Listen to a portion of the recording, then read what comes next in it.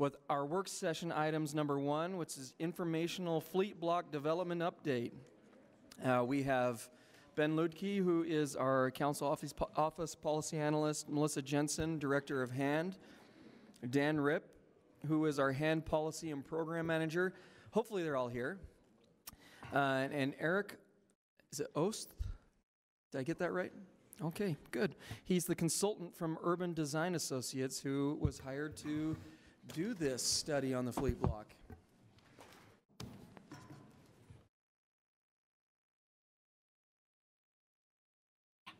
We've got 4, so we're good. You get a chair. We're working on it. Pull one up.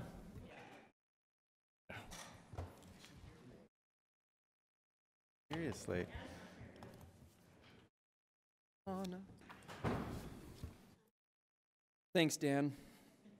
You look just classy there standing by yourself. Oh. All right, Ben. I'll give a quick introduction. There is a presentation hard copy in your folders that the consultant is going to provide.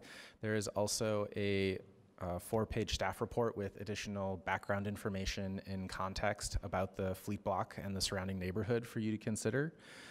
The council had a discussion almost exactly a year ago before the administration started the process that led to the presentation and the implementation framework you're going to hear about today. And you'll likely recognize a lot of the material in the staff report from the staff report we had a year ago as well. So this is the next step in a long conversation on the fleet block and redevelopment options. So I'll turn it over to the consultant for the presentation. I think Patrick, Let me, something to if say I may, first.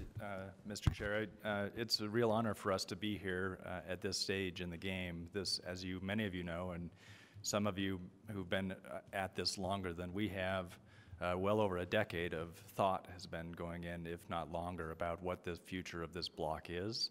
And so for us to be here now with the thinking and the background and the insight as to what might be here is a tremendous success for all of us, I think, in the city.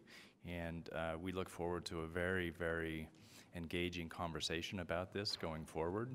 I think that we all know that 2 years ago, 2.5 years ago, we did a lot of due diligence around what might need to be mitigated on the site. And then, as Ben said, about a year ago began this robust discussion about what is really feasible and doable, and how do we make this site a catalytic anchor in the Granary District, built around innovation, a real anchor to help address some of the social justice and social equity issues we face around housing and access to economic development opportunities for women or low-income people. And so this is really an exciting time. And I want to thank Director Rehberg and Melissa Jensen and her team, and you as well, for helping us out. And without more ado, we'll turn it over to... Thank you, Chief of Staff Patrick Leary. It's true. Since this is going into my 6th year on the council, I've been spoken of every single year. So this is fantastic. Thank you. First of all, I just want to say we are really honored to work on this project. We recognize it's such an important project for you. We've worked on a lot of great projects here in Salt Lake, but one of the things that makes this particularly interesting is the opportunity that such a small project has to affect such a great large scale in such a large neighborhood is particularly exciting for us. So we want to thank you for the opportunity to work on this project for sure. As you can see, this is an urban design and feasibility study. We led the urban design side. Our team includes Cascadia Partners, who provided the feasibility study as our sub-consultant. You know, that when you can look at this site location diagram, you can see pretty quickly that it really is kind of anchors the southwest corner of the city, and it's in an important location in relationship to the downtown and what's going on around it. So this particular project has this has incredible opportunity, as we just mentioned. So we really worked very hard to create a process of which to work. We are not a white paper designer firm where you come to us and say, give us your vision. We had a very rigorous listening process. That was in September. We had a series of stakeholder groups we coordinated with, and a public presentation we made on the work to date to confirm that we were headed the right direction before we even put a pen to paper. Then we did some some testing in October, and we did a concept presentation in December. As we mentioned, this is a project where we have to take, it's not just strictly about design or anything. It takes a lot of things into account, considering urban design, public interest, and feasibility. All of these things we put together into a proposal and a recommended direction. So through our process, we did a lot of analysis drawings to start out so we can learn as much as we can about the site, learn about what you guys have done to date, and then also some of our own analysis drawings. You can see that it sits on the edge of the Granary District in the Central 9th neighborhood, but it really does anchor this particular corner of the city. It's like a hub for new activity, and there's a lot of uses around it. So it sits on this seam between kind of a residential mix to the east, as well as a lot of very large buildings that lend themselves to the kind of buildings that make a great backbone for an innovation district. We did a whole series of x-rays. We did several more. This one shows the parks and open space in the neighborhood. What this really highlights is that there's not as much open space as we had hoped in the neighborhood. However, it shows how important the 9 line is in terms of connecting it to other places, and that we needed to be very creative into emphasizing the opportunities for the open space within the project itself. When we look at the fleet block in context, this is 9th South right here.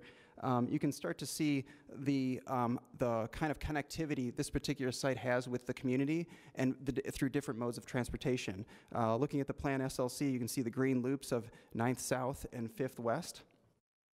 There are auto corridors that go very close to the site of West Temple and 300 West. Also, there's an existing tracks line on 200 West.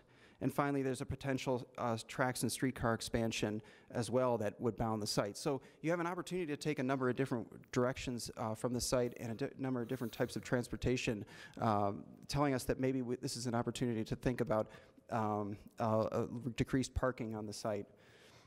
Some of the community feedback, this may look like a quick scattershot diagram or maybe some sort of Jackson Pollock art piece, but what you can see here if you, when you start taking a second with it, you can see a lot of the red dots clustering on, these were handed out to folks, red dots meaning things they dislike on 4th West and 3rd West, some of the traffic issues there. You can see where the blue sites are opportunities around the sites around it, but you can also see the green dots on a lot of uses around the site, and we really learned through the process how many great businesses and how much pride there is in the neighborhood around the site. So that really spoke to the opportunity. What were some of those green items? Maybe you can just highlight some of the red, the green, and the blue. Yeah, some of the uses just to the north. There's a great new brewery there. A lot of the art space in particular, and a lot of folks with the understanding the tracks and the opportunities that brings, and some of the local businesses as well came back as some of the feedback that we found. We were very impressed with the amount of nonprofits in the neighborhood that are operating and small businesses that have already started. And that was some feedback that we definitely brought into our thinking. When we first initially did a cursory survey of the neighborhood, we didn't see that as strongly as we did when we heard it. So this is kind of a very quick summary of a very extensive process takeaway. There was very strong momentum to this as an innovation district. We realized that we were coming into the middle of a conversation that is already underway, and that's an impressive one. We'll talk about innovation districts in a moment. We heard very clearly you have the jobs to housing relationship is very out of balance. You have a lot of people that live in Salt Lake that work outside of Salt Lake. You have a lot of people that can't find a job in the neighborhood and things like that. So you have this kind of extensive amount of traffic problems between the suburbs and the city itself. So it's finding a way to balance that is important. There's a very strong demand for housing, office space, and open space. When we say office space, it's not necessarily Class A office space, but smaller scale office space. There's some very strong businesses and nonprofits in the neighborhood and startup businesses that want to locate there. And finally, and I think you can see this when you go around the neighborhood, there's a very strong spirit for the arts there, which is great. In our feasibility analysis, there were some early notes that we knew that were some feedback that was coming back from some of the developers and some of the work outreach we had done. Small human scale open spaces would be a great opportunity. Utilize adaptive reuse options on this site, support affordability, avoid parking structures and keep parking ratios low. utilize a phased approach, working your way into density. Infrastructure cost was an issue. We knew that going in. We didn't get our infrastructure cost numbers till the end of the project, but we knew it was going to be high, and sure enough, it came back. So we've provided a phasing plan to get us there. We can talk about that in a moment. 800 South improvements were many years away. We'll talk about that in a second. And finally, the 9-line implementation was very critical. Just give you a summary of some of the things about an innovation district that are important.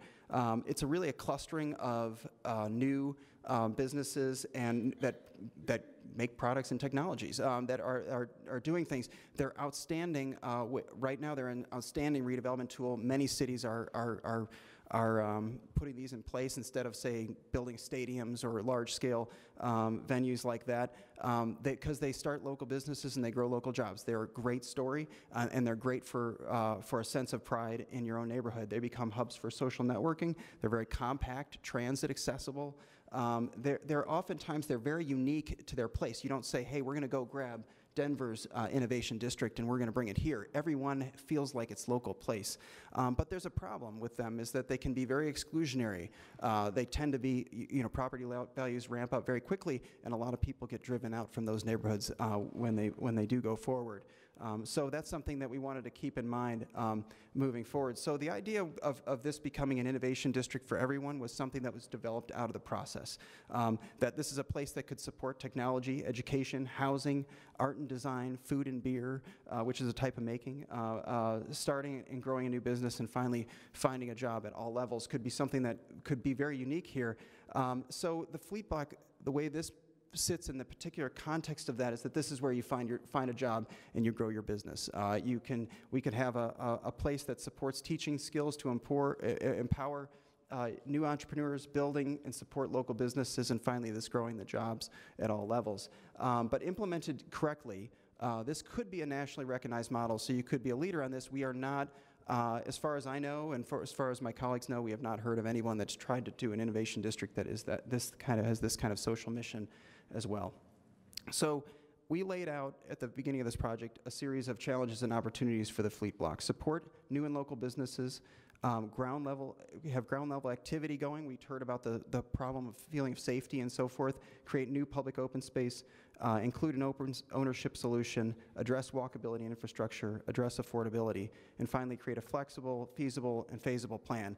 All of this needs to be done very creatively, and we'll talk about that also in a moment. So what we're about to show you, and we'll get there in a moment, but when we talk about a design proposal, this is just an idea and a concept which would help paint that picture. And when we heard this, it was very interesting because we got a lot of feedback of a lot of things that could happen here, but it was a little like packing a suitcase for a trip. You can't take it all with you, but we could do our best. We could certainly think about how we could create the right recipe to take care of a lot of the things that we've been asked to think about. Public open space, maker space, business incubators, and support services. Any one of those would be nice to make them more robust than we did, but we tried to find the right balance.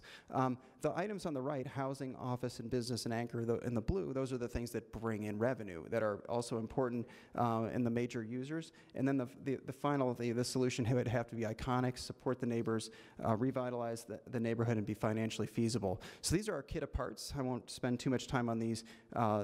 Streets, mid-block connections, buildings, and parking.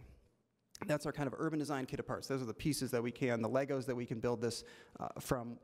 But the important thing is remember where the economics are, where the revenue is coming from. It's coming from new units, residential units, or businesses above. And then where we find the opportunity is to create community support on the ground level. So as a city, and one of the things we talked about is how do we address this? The idea of having active ground level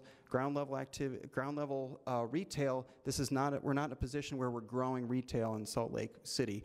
You have a lot of retail right now that's still ready to be absorbed, and the retail is very healthy. But building a lot of new retail all around the ground level would not be putting you in a position to win.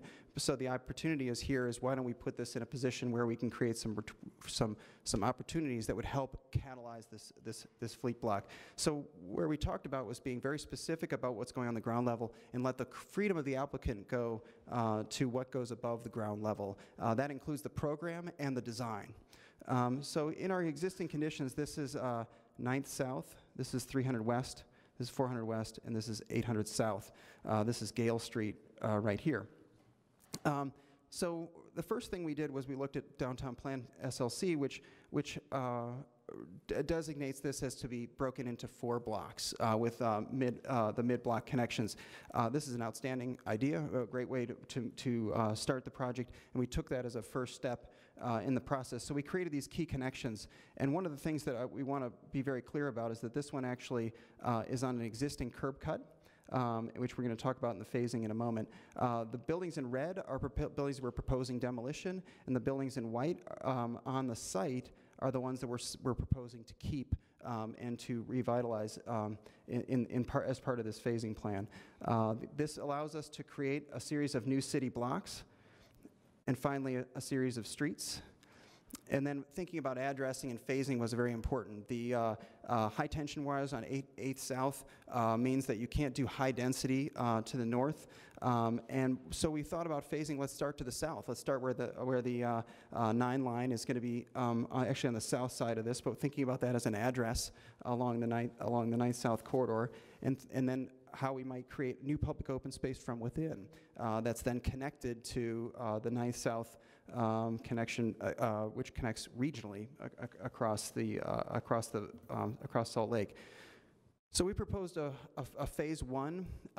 This is what we tried to do was try to keep all of the parking in surface parking environment, not doing parking podium, staying away from parking garages, and then we have a revitalization of these existing buildings and a series of incubators that make a public space in a plaza. The curbless streets we're recommending through there, either by reusing the existing space that they have now. We particularly love curbless streets. We like Regent Street as an example. The ice cream place in the top right is outstanding. We stop there every time. The other idea is the big business incubator liner shaping the plaza. This particular one is one that's in the Boston Seaport District, which is specifically around women-owned businesses. And it could be something that could be picked up and moved as a phasing strategy for other spaces as well. Phase 2, we wanted to have an ownership solution, so we've recommended a series of live-work units. This is also probably because we will not be able to have already solved the issue at that point about the high-tension wires on 8th South. This also puts live-work units next to the art space buildings. There's kind of the synergies there, but it also creates the ability to have small-scale businesses and the fine grain that's in the existing neighborhood to move forward on the fleet block. So this would be an image of what the Phase 2 plaza might look like. That space, that plaza, is a place that could be used for maker fairs and for concerts and for all kinds of activities. So it could be closed off and just used for pedestrians and so forth. This would be complementary to anybody doing anything similar to that in the district itself. We would be supportive of that, and even having green space as well as part of that solution would be welcome. In the Phase 3, looking towards the future, we feel that there's an opportunity for density in the future. We're putting that density towards the center of the site and even a little bit to the sides as well. And probably this would be a residential or commercial opportunity that would have a parking garage involved as well. So this would be the final vision plan and what the vision of that central plaza might be, with open spaces on the roof and open spaces down below, as well interacting with each other, and a number of different types of uses and different types of things going on within the fleet block location. This is a view looking towards 9th South. Again, trying to keep the scale, the variety of scales of buildings within the district there. And we've thought about parking and utilizing as much on-street parking as we can. And finally, I just want to take you through those opportunities again that we talked about: supporting ground level activity, creating a new open space, an ownership solution on the corner, and then addressing the walkability and through the infrastructure and phasing our way into that. And finally, addressing affordability in the south side. And then a phasing plan with flexibility that allows you to choose your own adventure towards the Phase 3. We know that the future is uncertain, so we'd like to be flexible, allow that, and allow a plan that can accommodate that as well. And finally, this was something we wanted the creativity from the applicant. We will have a process that will allow the applicant to understand the needs of the city and then propose something that is based on those criteria, and we're hoping to go out for RFP in Q1. We've had some questions and feedback so far on what we've already presented. Considering the possibility of maybe higher residential densities in phase 1. We would be supportive of that, but staying away from structured parking solutions. A surface parking lot, as a planner, we use 400 square feet as an average space for a parking space, one parking space on the surface park. So when you're thinking about a unit that's 500 or 600 square feet, it's a little bit out of whack. But we would say, yes, if you can find a way to get more density, we would be supportive of that. Taller building height to support future phases, and we put it in the center of the block. We would be supportive of that. We did hear a lot about the scale of the neighborhood. Increasing open space, we would be supportive of creative solutions for that, but they would be maintained by the applicant. That came through the process. And finally, what might be in the ground level community space that we show? We're not necessarily saying this community space and that it's going to be for free. This would be space that would be rented to businesses and individuals that would be supportive of the neighborhood vision. We're under certain guidelines. We're thinking of job placement, daycare, incubator spaces, co-working spaces, maker spaces, and art galleries that are all part of that same vision. So I think that's the depth of the consultant's presentation. We internally would like to give you some background in terms of process and where we're at, but we're happy to take questions on the presentation first, and then we can move into process. Your preference, Council Chair? Great. Any questions regarding proposal? Councilmember Rogers. I guess my question is open space versus green space. I think that's going to be a hot topic for me specifically because of your map when you did your x-ray and you outlined it. This is what we're talking about is open space and not green space, correct? Right.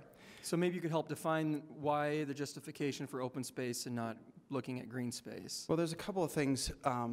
For one thing is that you can't do active green spaces within 600 feet of the front door of a current use that serves alcohol. We're under your current guidelines right now. The brewery that's just to the north of the site would really drive that open space down to the south side.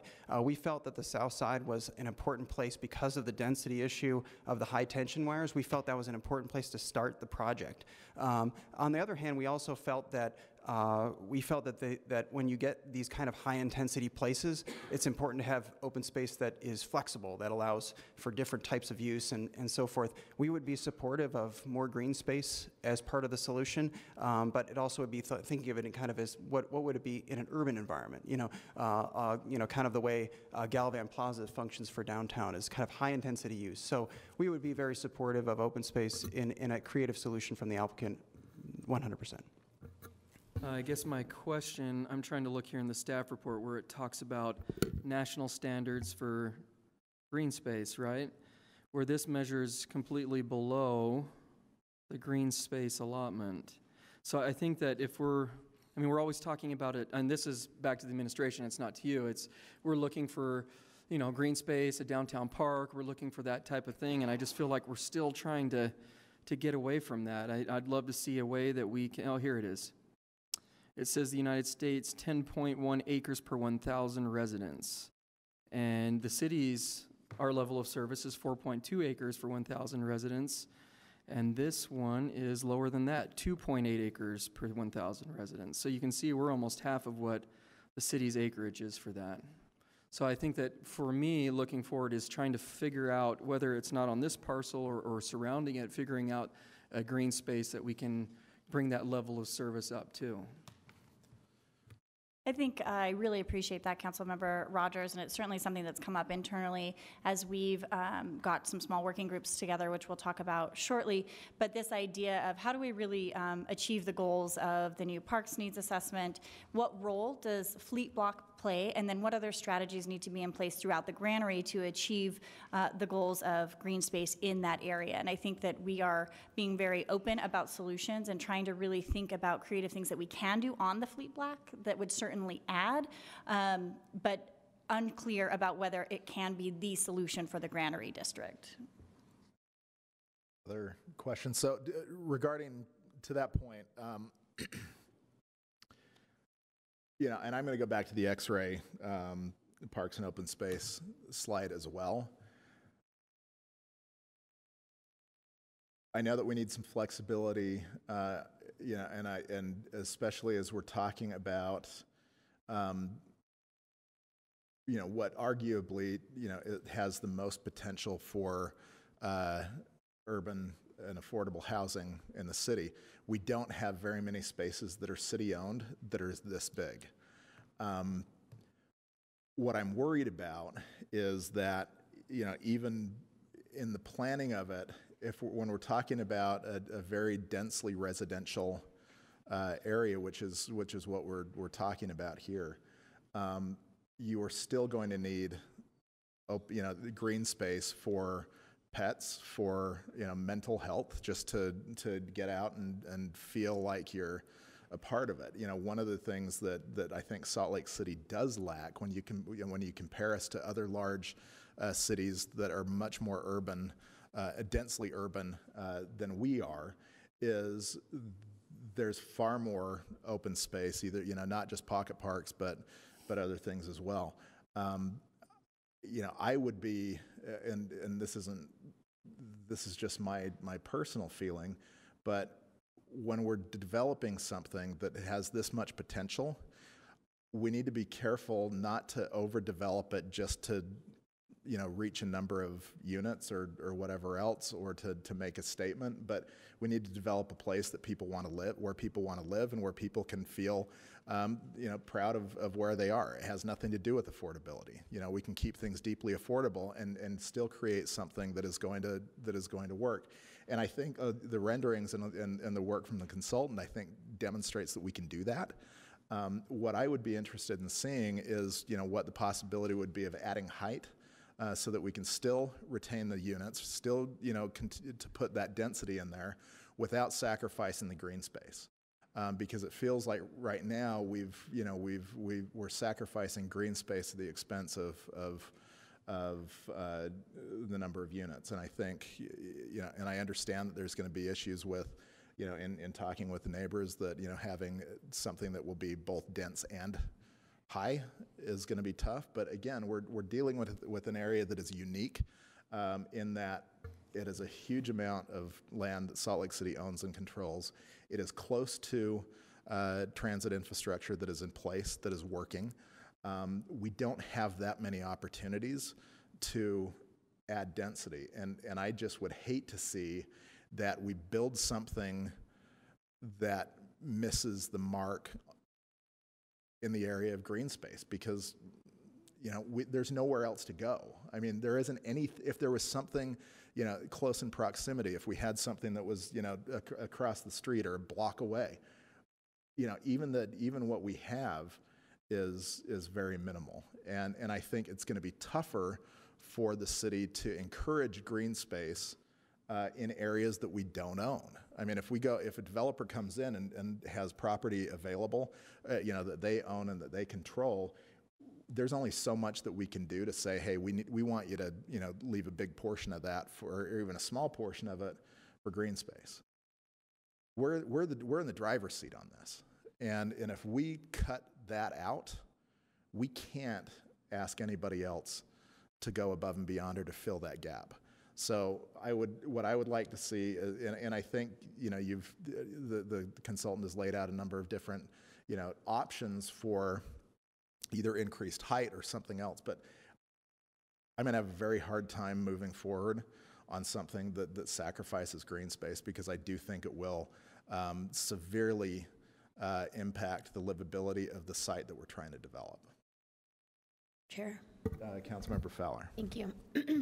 I certainly share your concerns as far as green space go and the need for it. I mean, I walk a couple of blocks to the park down the street from my house, right? So I understand that.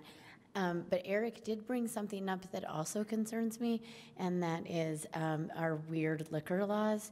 And there are 3 breweries right in that area. And there is potential here for this development to increase restaurants and bars and have some of that other part of livability that we want and need in our city. And so I think what I would ask is for our staff or hand staff to kind of maybe throw together something that would show where there could be open space and not necessarily, I mean, Fisher Brewery's across the street and happens to be one of my favorite places, right? But then they just opened TF Brewery down the street, and there's this whole like brewery mile that we're kind of like building, if you will, along there. So I think that while I 100% agree that if you look at the X-ray, there's no open space until Pioneer Park, and then down on that side, on the other side of the tracks over there, right? I mean, so we're certainly missing an element, clearly. And I'm wondering if perhaps as part of another proposal, we could look at where could there be green space and not jeopardize any of these businesses that are so important to that area or their liquor licenses, and can we change those, please? The liquor licenses, I mean liquor laws. Well, look, I mean, we've had tools in place, we have funding in place for a downtown park. We haven't really seen much, and I think part of the reason that we haven't seen anything isn't because, the administration's not looking. I mean, I fully believe that you're looking. I think what it shows, though, is that there's not a lot of opportunity to purchase open space and to purchase green space, and that's where I'm concerned, and I share Amy's concern about the breweries and how we can make it work so that what I don't want to do is close down a business, especially an existing business, but at the same time, I don't want to overly program something and add an incredible amount of density without any sort of place where people can go, where people can take their pets, where people can spend time without having to travel somewhere else to recreate. And I'm not saying we need a huge, I'm not saying that we need to set half of it aside for a big Pioneer type park, but just having something. And I like the idea that the consultant brought up with some of the different streetscape options. The concern that I have there is I know that Regent Street has cost far more to have that kind of amenity than it would take. And so I think when we plan something like that, we need to be careful that we're looking at the maintenance fees, we're looking at how to continue, and that we don't just build something that looks really cool and that we find out is going to be incredibly expensive, incredibly difficult, and sometimes impossible to keep up. So, for hand, I mean, what I would strongly encourage is look to see, look at what some of the options are. And I think Councilmember Fowler's point is a good one. Let's look on that site where we could have green space that isn't going to impact the other areas. And if it really is an issue of, we're not able, or we don't feel that, or if we feel that putting green space in is going to limit the number of units that we can put in, then I would be more than interested in seeing what the proposal would be to go up and increase the height in that area to accommodate for the lost space that we're using to gain green space. Mr. Chair, we appreciate those comments and share the concerns that you have, and we're not insensitive at all. In fact, we're very sensitive to the issues that this whole development in this area faces and the challenges finding green space. We'll take that very seriously and we will be working in a larger footprint there, not just on Fleet Block, to see where areas of opportunity, as Councilman Rogers stated. We share your concerns and we're committed, and that's one of the reasons why we're thrilled to have this in front of you right now so that we can take this input and start working with it. Well, and thank you for that. And what I hope that you don't infer is that, that I don't like what you've come up with, that I, disagree with what the consultant has come up with. I mean, this is a place, I mean, one of the things that I've said a lot over the past couple of years is that we need to look at city-owned property and maximize what city-owned property we have for affordable housing. And that's exactly what you're doing. But I'm just saying, if you need additional tools for height, if you need tools for something, keep that in mind. Come back to us, because I know I for one am more than willing to look at different things so that we don't end up sacrificing something. So again, thank you for your work. Thank you to Hand for moving this forward and the work that you've done in the community. And I'm not being critical. I'm just saying let's keep looking at it. Thanks very much. We appreciate that and anticipated this as part of the conversation. Other questions? Other questions or comments? Yeah. So yeah, I haven't forgotten your presentation. I know. So you're good. Councilmember Johnston. Thanks again. I was at the December presentation. I appreciate seeing it a second time. I echo the sentiments. My question is, what's been done so far to analyze the Granary District or the neighboring neighborhoods for opportunities, or is that still an idea to be pursued in the future? In terms of identifying other Yes. green spaces, I think we're just initially looking at those scenarios now with Kristen Riker and of course Lisa Schaefer. I think, when we started this endeavor for the feasibility analysis, we really didn't know what we would get, right? And so I think everybody sort of said, this is all the public benefit we want, and we want it to be all things for everybody. Yeah. And then you come back and you say, okay, well that didn't pan out exactly as we thought, and so how do we mitigate some of these other concerns across the Granary District? So we are embarking on that now and working very collaboratively and internally to figure out a longer-term strategy to that. Okay. Yeah, because my feedback was, excuse me, the staging of it makes sense. I get the inherent restrictions by the power lines, distance from the alcohol serving establishment, et cetera, soil remediation issues, et cetera. That makes sense to me, but it does sort of, I think you're right, Melissa, it comes off sometimes of feeling a little bit, excuse me, it's sort of trying to throw everything sort of into it, almost like there's a piece of this here and a piece of this here and a piece of this here. And the unifying concept, I think, is an innovation district. But it almost feels like, okay, we need to have everything as part of this district without maybe a discussion of the surrounding blocks that are privately owned and how those fit in more in sort of a district sense instead of just this block. So that's my initial thought over the last 2 months, kind of thinking through it a little bit. So I think thinking of the block in the context of the surrounding, I'll say 9 blocks, maybe 6, somewhere in there, would make a lot of sense to me, both the open space discussion, the innovation district concept, the existing property owners around it and what their intentions are, and how do we work this together in a larger discussion. Other questions on the... I think I'm not hearing anything, so. Okay, so yeah, we'll go forward, and I think part of this conversation will continue. We really appreciate being here. I, for one, feel really excited to be here and know that it is such an important issue for the city as a whole and also for the members that live in the Central 9th and Granary districts. When I was going through the public outreach along with UDA and Cascadia, one of the things that stuck with me over that period of time was this, the community saying, don't waste this opportunity. Like, let's really get it right. I mean, it's been vacant this long, and if we had built on it 20 years ago, who knows what it would be.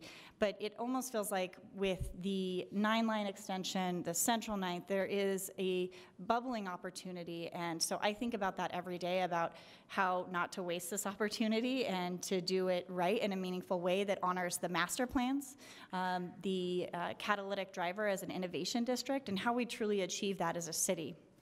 So, as Eric said, it's really this idea of this is a place where you can start and grow your business. It's unique in the sense that we are trying to achieve something that no other innovation district has achieved, and that is we want to keep the fabric of the community. We want it to continue to be diverse in both income and race and ethnicity, and we want women-owned businesses and minority-owned businesses, and we want those businesses to have access to really large venture capital as well, and we want it to be a place where people can come and that's inclusionary.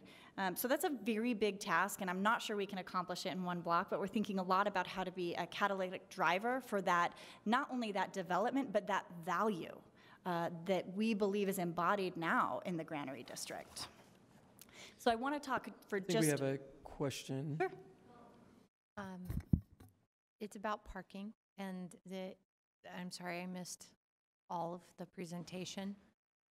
So if this isn't the time for me to ask a funding and parking reduction question, do you think? I think there will be lots of ample opportunity for that. I mean, yes, we should talk about that. I think we could talk about it now in the feasibility piece, Okay. Councilmember Mendenhall. I love to talk about parking, Yeah. so that's a great. idea. Well, and You we've said spent my a lot of question. time talking about it. Which is, my question is around what kind of projections and assumptions you have to make, everybody has to make when making a feasibility plan. And Councilmember Wharton and I recently toured a project with Melissa where the developer was talking about the future of driverless vehicles and the peer-to-peer and rideshare and driverless rideshare concept getting cheaper and cheaper over time. And his timeline was like 10 years, maybe even 5 years, and where we start to see parking decrease dramatically. And then also the implementation of different vehicle sharing modalities becoming more pervasive. So I wonder what kind of assumptions you ended up making in projecting how tight we could get the parking. How much time do we have to talk about this? We could be here all night. I love to talk about this topic. You brought up a lot of really interesting discussion. Right now, I live in Pittsburgh, and that's kind of that's kind of where all the innovation is happening around self-driving cars. We have 5 companies operating within the city limits. I rarely go outside in my house and not see a driverless car. We're close. There's been some discussion that it's out even farther, but I was on a panel recently with people from RAND and people from Uber and so forth, and they were talking about 5 years out. Now, this is probably going to be relatively, and they're talking about that it's going to have the kind of catalytic effect an iPhone has. Now, I know that's not your question, but it's something that you bring up a good point, is that this is something we need to plan for, we need to think about. I think more realistically, your 10-year discussion is probably the right one, that's when it's going to start making a huge effect. I think where there's probably a larger change is the younger generation. Car ownership is dropping really quickly. My partner just recently spent a week in California at the Micro Mobility Conference, and there was literally hundreds of innovators that are bringing their garage-made bicycles and all kinds of things that are making huge effects, and we're at the particular point where micromobility is now stepping in to filling that out. And so cars are expensive. Everybody realizes that. Parking spaces are extremely expensive and space consuming, as we mentioned earlier. There's going to be a change. The market's going to change it. So being as aggressive as possible is incredibly important. And we've talked with the planning staff, and they're very supportive of planning standards that allow for the market to make that decision and what banks were willing to lend for. So our assumptions were based on 0.75 parking spaces per unit. In the district, we heard about right around towards the conclusion of our efforts that there was a project that was approved at 0.57 spaces per unit. There was lending that happened there.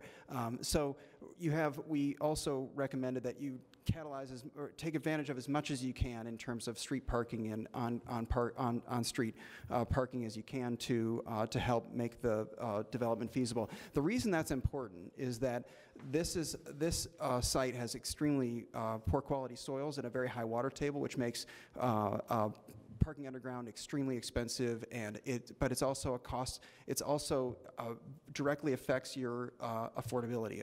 Parking a space in a parking garage is over $40,000 per square foot. You know, when you think about that, that's a huge barrier to affordability and for access for everyone. So we were really pushing a surface park solution as much as possible and leveraging that. So that way you have that opportunity, that land is available for something in the future. If you build a parking garage, it's probably going to stay a parking garage. There's a lot of discussion now about retrofitting garages and so forth like that. But I think that parking is an excellent discussion, and I think allowing being very clear in when you go out to RFP that we are very interested in a very creative parking solution, and one that is really on, you know, on just whatever you can get for lending, but one that's extremely aggressive that way. We're also very excited about the paper box site, which is moving forward with car lifts and so forth, and all kinds of fun stuff like that. So it's a big issue. Thanks, Eric. We should have dinner, and you can just I'd love keep to talk more talking about about that. parking. Okay. But I think for our innovation district particularly, I'm going to be looking to you all to come back with the most progressive, innovative planning parking proposal possible. Because not only do we have some financial tools, but really it's about our investment in public transportation. We've got a line going in right here on the south end of this property, and we have future investments coming to enhance public transit. We have a Hive Pass, and we have possibilities we haven't even explored yet to fill a gap, I think, and to create unique incentives on this property. So go get it. Just aim for a 5-year timeline, not 10. Okay, you got it, sure. Thank you. So with that, we have also internally talked about parking a lot, and this comes into play when we kind of just talk about the feasibility analysis. I'm not going to go over this all. I think one thing I want to point out and kind of give a lot of caveats to as you explore the feasibility study that was presented was this $14 million number. This was a very sort of rough but reliable number based on market values, but it's not contingent on an appraisal. But I wanted to put it out there because as we think about public benefit, whether that's green space or affordable housing or really driving, you know, lower cost public space to be rented so that pedestrian experience is fruitful and dynamic. Obviously, the land is the money that we have to put into this transaction. And so while 14 million is sort of a rough number, that's, you know, not including any of the mid-blocks and everything, but it's something I think to start considering as we think about what that public benefit can get for us and how we go back and forth on that. I don't have the answer today, but certainly it's something we're going to continue to talk about together. And so I think bringing that up now is important, and especially as we also consider, you know, what a first phase as a catalytic development can do for a tax increment. I know that I've been in several RDA board meetings where we've talked about whether or not it's an extension area. We are working very closely with the RDA on that. So with that, we'll continue on, and I'll have Dan talk a little bit about our internal mobilization plan. Great, thank you. So I'm just going to gloss over this since we're running short on time, but I just want to go over what we're doing to process all of this information and coming together among the different city departments to make sure that decisions are made and we get to move this forward. In my 5 years at the city, I've been working on this since the very beginning, so this is really exciting, and I echo what you said, Councilman Rogers, about it's exciting that the momentum is still going and we're getting it to this point. So to do that, we have put together an internal team that is cross-functional among all of the city departments, and from that team we've established some small working groups, and in those working groups we have decision makers around the table, and we're digging in and we're identifying the issues, and we're really trying to work around the skill sets that of everyone there, and then helping to forward the priorities that we've established for the fleet block redevelopment. And so if you'll just move to the next. Let me just add one more thing. I think an important distinction that we are moving sort of in the direction of is, as opposed to going out for a request for a proposal, we are most likely going to engage with a consultant on what's called a request for expressions of interest. I think as we talk about the navigation of the public benefit, we want to start very early in dialogues and understand what this means. And also I think that would be beneficial for this body as policymakers to understand what that public benefit ask ask might be very early on so that we can kind of contemplate if we're comfortable with that direction. And so it's going to be a much earlier solicitation than we've done in the past. From there we may select 2 developers or maybe not, and then we could do a more full-blown proposal. So we're kind of contemplating this idea that will allow us a little more vetting, time for discussion and understanding of true cost as we sort of endeavor down this path. Councilmember Mendenhall. I wonder if in that early inquiry, you'll be asking for, in the proposals for, or the interest, the way that they intend to balance the desire, the value we're placing on maintaining the uniqueness and access for different demographics, et cetera, with the financial realities. And as we've toured different innovation districts and learned about some of the common hurdles, or what I perceive as common hurdles. Part of that is the operational expenses, for example, of running the district and providing the common space assets and even the infrastructure internally itself. So are those the kind of deeper probing questions that you'll be asking early on? Absolutely. And in fact, that's part of our priorities that we've established that we're going to put into the RFI, or the expression for interest, and we'll be able to drill down on those elements of the development that we want, that we're going to set as priorities, and then also some preferences. So we're going to be able to show our vision and articulate that in that document so that they can address those in their first proposal. Right. We're trying to balance the inquiry. They may not have every detail, but it's certainly going to follow a scoring mechanism that's based on our priorities that we've determined.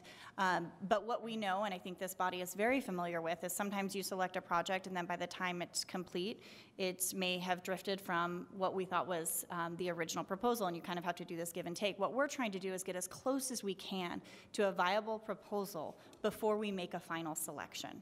And so that might be, if we don't get that information in the first round, we may say, okay, let's go back and select 3 and then do a deeper dive to understand their proposals, because what we want is for the development to be successful. Thank you. Mr. Chair, Councilmember Rogers. how will the selection take place? The selection committee, who makes up that committee? How will that be done? Absolutely, great question, Councilmember Rogers. We are right now working through it. So we're working on a scope of work for a consultant to come in and help us sort of design the RFEI, market it, outreach for national developers as well, and then also work with us to advise on consulting criteria. And then the committee will follow the in accordance with our procurement strategies, of course. We'll work very closely with them, but obviously a cross-functional jurisdictional committee that includes representatives for the neighborhood along with other internal departments and divisions. Other questions? Great. So let me just go through a few of these priorities that we've identified. First one is high quality design, which I think speaks for itself. We want to be able to create and adopt design standards going into this so that we can communicate that and hopefully get some responses around that are consistent with our standards. The next one was creative use of space, and that's including and implementing all elements that's appropriate to the district, neighborhood, and to human scale.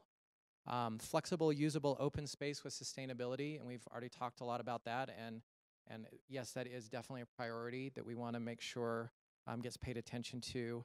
And then finally, affordability and being able to provide resources for developers, provide that affordable element for residential and commercial spaces. So while these are different from the vision, this is what we're going to stick to in that offering, where we can make sure that we get back, what's consistent with what we've wanted.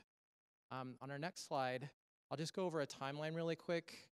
And while it looks ambitious, there's been a lot of work that's led up to this, but a few highlights that I wanted to show is that after today in our discussion, we're going to start writing the request for expressions of interest, and we're hoping to have that published here by the end of See, I have it here. Well, that won't be, so what we're working for now is the scope of work with the consultant to help design that. So we hope to have that executed in the next few weeks.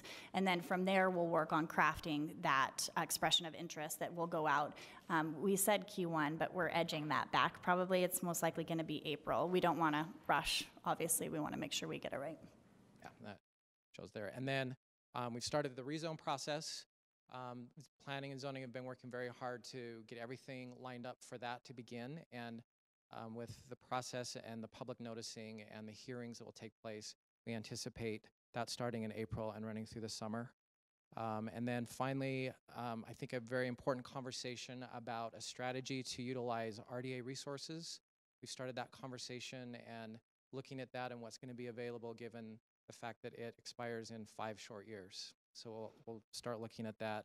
And then hopefully by the end of fiscal year, we will have proposals in and be able to make a selection and invite people to make, or developers to make official proposals to the city. So with that, we're really excited and ready and willing to carry it forward.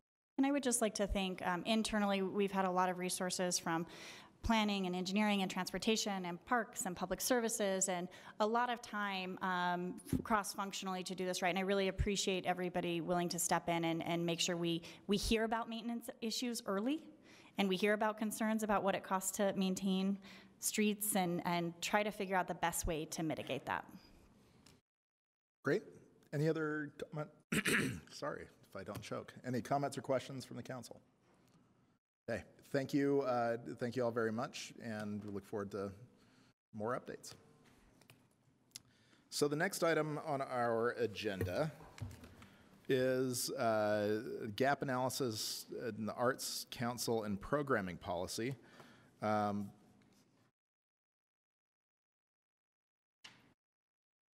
So if those of you who are planning on this presentation can come to the table. So Laura Fritz, Sylvia Richards, Sylvia here? Oh, she's coming. Okay. And then Felicia Baca and Kelsey Ellis.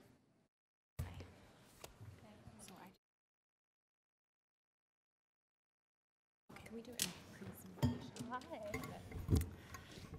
Hello. Hi. So while Sylvia is making her way in, if Laura, if you want to introduce us and just kind of kick this off, that'd be fantastic. I would love to. Thank you, Councilman. Okay. Thank you. Our Council Chair. So what I'd like to do is start with an introduction of Felicia Baca. Felicia joins us from the Utah Division of Arts and Museums for the state of Utah. There she conceived and spearheaded all aspects of the visual arts program and curated exhibits of contemporary Utah artists, created and planned to increase gallery attendance, which resulted in a 30 to 100% increase in all programs within 3 years. Yay, I love plans. And I love results. Exactly. She has over 17 years of experience in arts organizations throughout the area, and regularly is a speaker and lecturer on the arts, culture, and arts careers, which is really exciting. She holds a bachelor's in social sciences from Westminster and a master's in education with an emphasis on visual culture and contemporary art from Goldsmiths College at the University of London. I'm thrilled that Felicia has joined us in the department to lead our arts division, and she's already making great strides in building relationships. We all know that those are really important, and also creating a vision for the arts for not only Salt Lake City, but really for the region. And honestly, I want to turn it over to Felicia, but I'd be remiss if I didn't thank Kelsey Ellis. Kelsey has been the glue that has held the Arts Council together over the last several months and has just done an outstanding job. And so thank you, Kelsey, for everything you've done. I would second that. I call Kelsey my babysitter. I'm on week 5. So I'm very grateful for her too, because she knows everything, which is why she's here today. Thanks so much for having us. I wanted to tell you a little bit more about my background. Some of you are familiar faces and some are new. In addition to the things that Laura talked about, I also in 2007 managed a citywide arts education program here in Salt Lake City. So it's been really fun to see a lot of my former colleagues here, and that was part of the Youth City programs. I also was the curator of education and public programs at the Utah Museum of Contemporary Art. And I was an educator at Tate Britain in London. I currently serve on the Salt Lake County Art Acquisitions Board, the Blocks Community Advisory Board, the Utah Museum of Fine Arts Curatorial and Programming Committee, and the KRCL Community Advisory Board. And while I've worked with a multitude of artists and organizations in this city and other cities, I've also served and taught historically underrepresented populations such as refugees, people experiencing homelessness, and those in neighborhoods with concentrated poverty. I believe the arts are fundamental in developing equitable, vibrant, and engaged communities, and that artists are cultural ambassadors. And that the arts drive sustainable development, create inclusive job opportunities, and build social capital. I'm incredibly honored to be in this position. It's such a treat to be back in the city. I call myself a public service junkie. I was excited to return or stay in government. And I'm passionate about reaching deeper into our neighborhoods and communities, diversifying access to the residents of the city, innovating partnerships in arts and non-art contexts as well, and building kind of cultural equity across all of our programs. So thanks for having me. We're going to dive into something as somebody who studied visual culture. I'm not excited about the amount of text in this document, but in future years, I'm going to be able to show you great pictures. So we're going to start with this page, which mostly you're probably looking at on your laptops. So in fiscal year 18, the Department of Economic Development and the Salt Lake City Arts Council Board began conversations to kind of determine the best model or structure for the Arts Council in order to maximize the entities, both entities' resources, both the city and the nonprofit. And before any decisions could kind of be made, it was determined that more research was needed. And so an arts programming and services gap and needs assessment was conducted by Union Creative Agency in Ogden, and they're fantastic. I have worked with them at the state and have been really impressed with their work. So phase one, slide 3. The first phase was a compilation of master plans centering on Salt Lake City from 1998 to 2017. So they were sort of compiled, accessed, searched for arts initiatives to highlight the ways in which Salt Lake City has been thinking about the arts over time related to development. And there was sort of a compilation of these ideas and directives. Some of the key insights included the arts are seen as a platform for connecting diverse cultures and ideas, and the Salt Lake City Arts Council can position itself to become a key connector.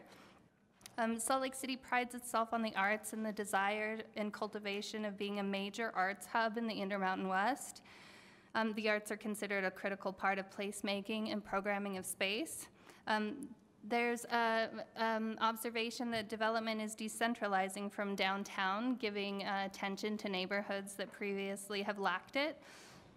Another finding that's interesting is the Salt Lake City Arts Council is mentioned very little in these master plans and indicates we should work to be an active partner with many of these entities and developments in the future.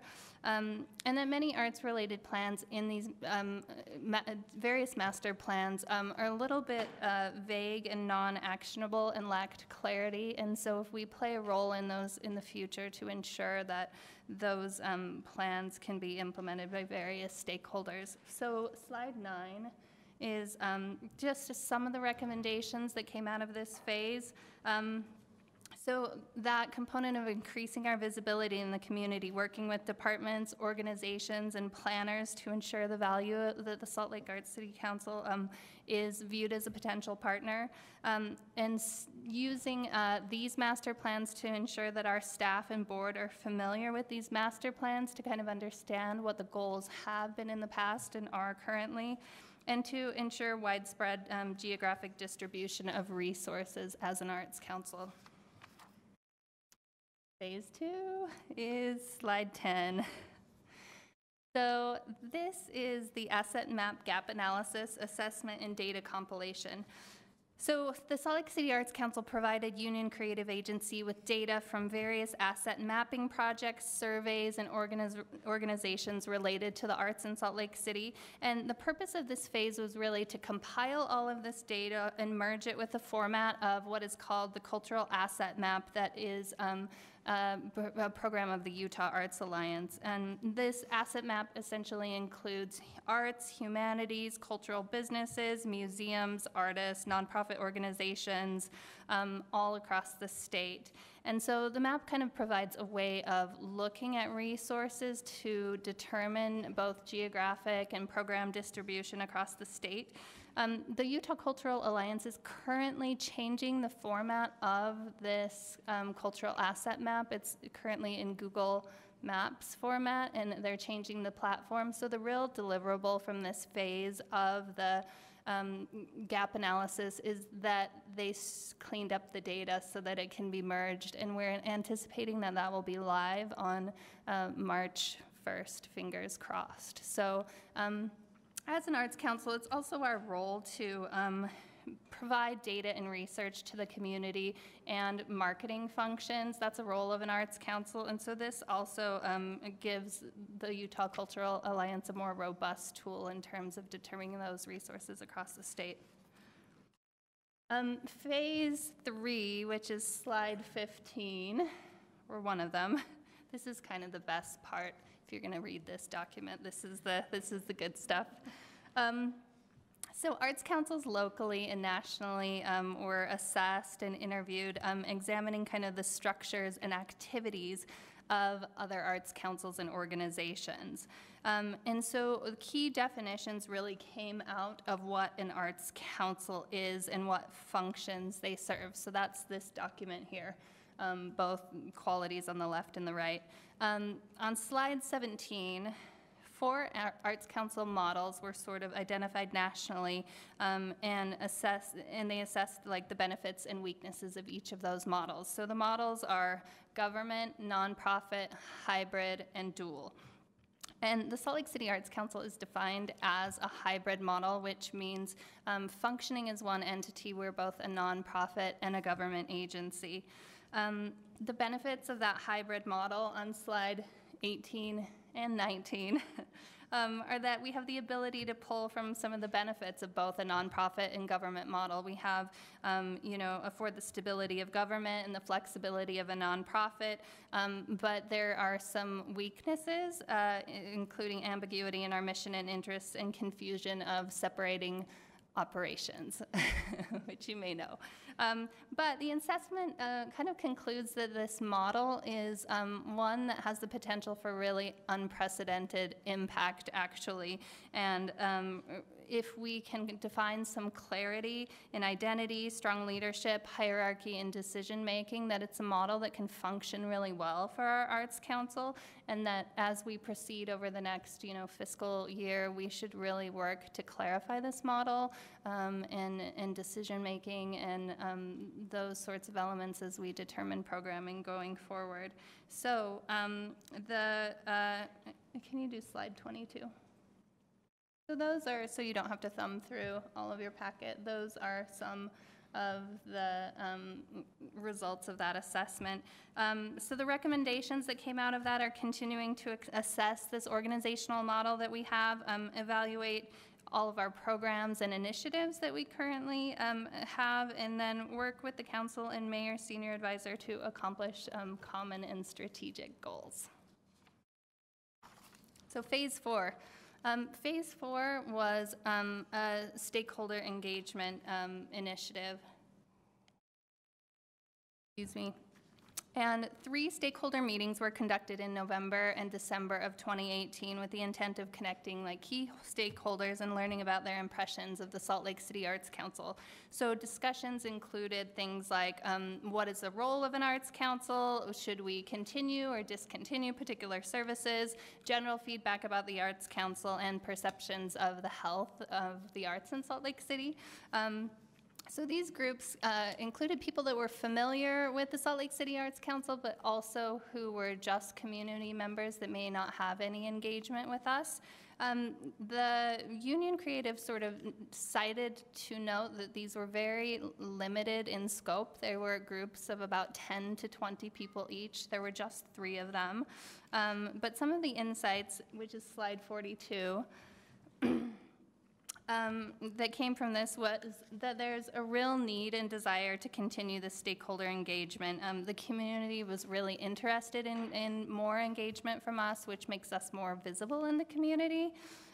They heard from the community that gaps do exist in serving diverse communities, and that there's a need for purposeful and relevant programming in the community with attention to oversaturation of services. There was a high want for redistribution or reevaluation of our granting process and who we target through those.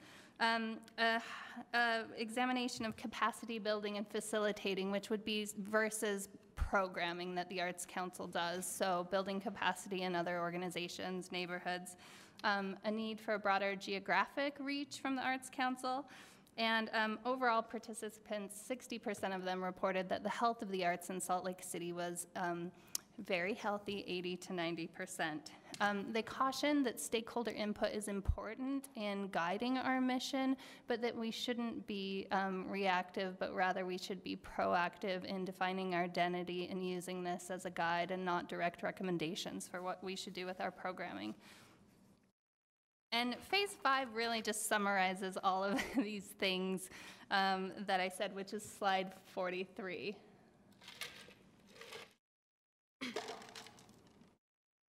So working to increase visibility of the Salt Lake City Arts Council is sort of paramount. Utilizing this analysis to determine areas with needs for broadening that geographic representation and resource distribution, building relationships and trust in the community, and assessing the kind of program model that we determine. So they recommend continuing this research in the organizational model and clarity in the roles of the different entities. And that's the summary of the gap analysis.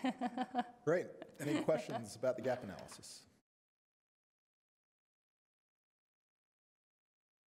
Oh, Aaron, okay, Councilmember Mendenhall. Well, welcome, Felicia. Hi. Hi. Thanks. I think this is a really amazing report. It's super thorough.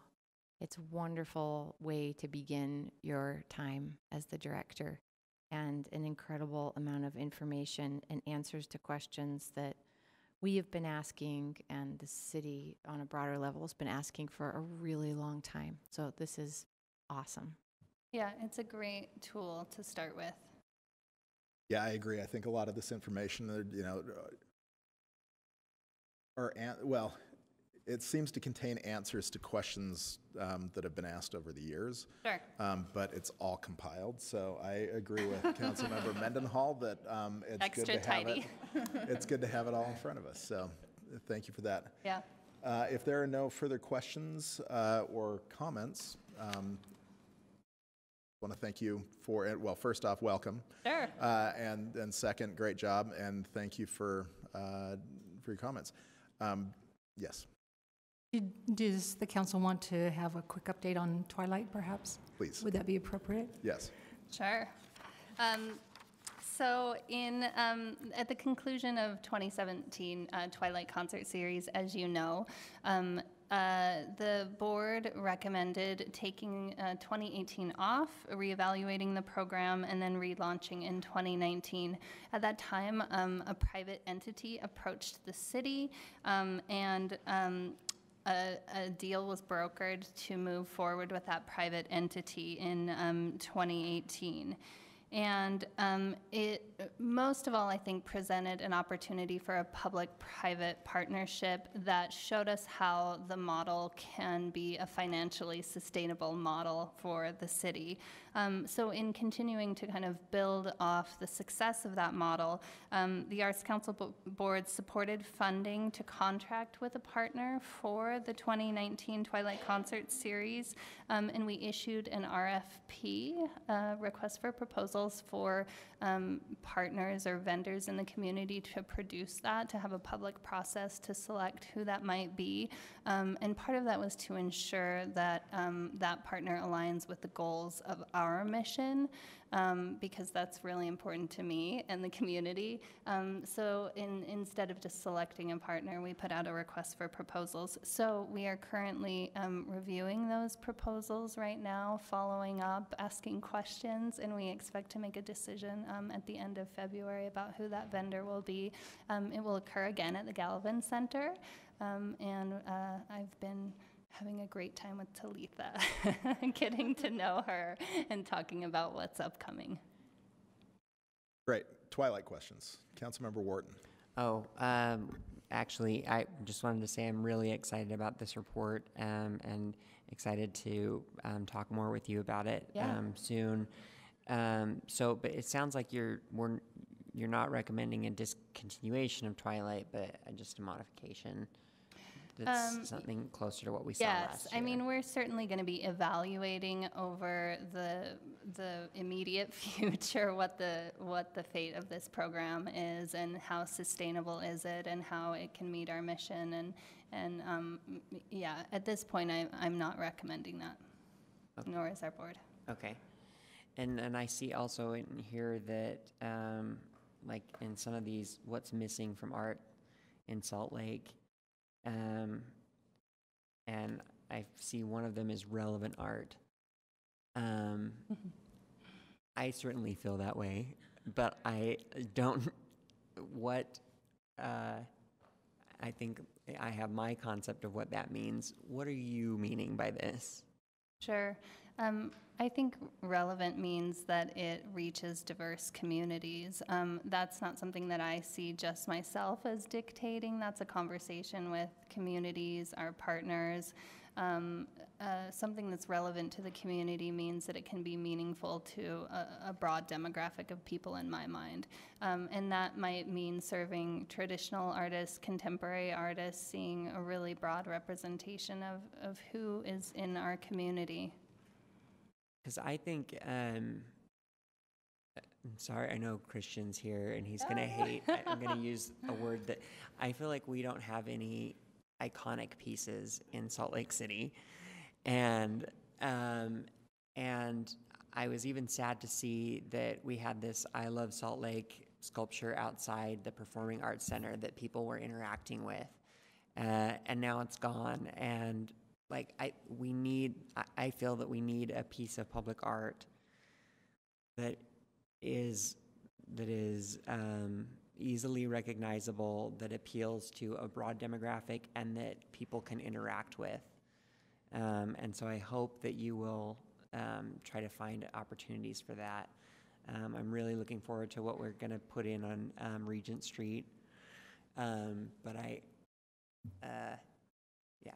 want to yes and that and keep going. I would concur with everything you just said. Okay. So which Klaas Oldenburg statue are we going to buy? Yeah. And who's going to pay for it? Right. I mean, I'm learning lots about the budget right now and what our mechanisms are for funding public art. But I would agree with, the goals and values that you just articulated. Yeah. And I would love something that expresses a sense of humor as well, because God knows we need it. Okay. Volunteering. So the headline is Councilmember Wharton wants a Chicago-style bean. Yeah, ish. Yeah. But funnier. That's on the right track. He wants a funny Get back Chicago. to I you want on something that. funnier. Yeah. All right. Okay, Thank you. Councilmember Mendenhall, and then Councilmember Johnston, and then Councilmember Sylvia asked two simple Rogers. policy questions that I don't want us to miss, which are, what are the next steps Sure. for implementing the plan, and if you've already begun any of those implementations. Totally. I'll tell you what I've been up to the last little while. So currently I've conducted one-on-one interviews with all of our team, and I'm at 90% completion of meeting with all of our board members individually to talk about, their perceptions of our structure, how things have been functioning, what their vision for the future is. We have a meeting set for Friday to evaluate options for continuing the stakeholder engagement in the community. We know that we need more of those meetings to occur, not only with groups that will be facilitated, but with one-on-one meetings between myself and different stakeholders in the community. And Union Creative's been great about how to facilitate those for different kinds of demographics. We're also reaching out to several consultants who conduct board development activities for our board. I am finding that we need to reevaluate our onboarding process for board members, as well as update our materials, agreements, and expectations, meeting with board members.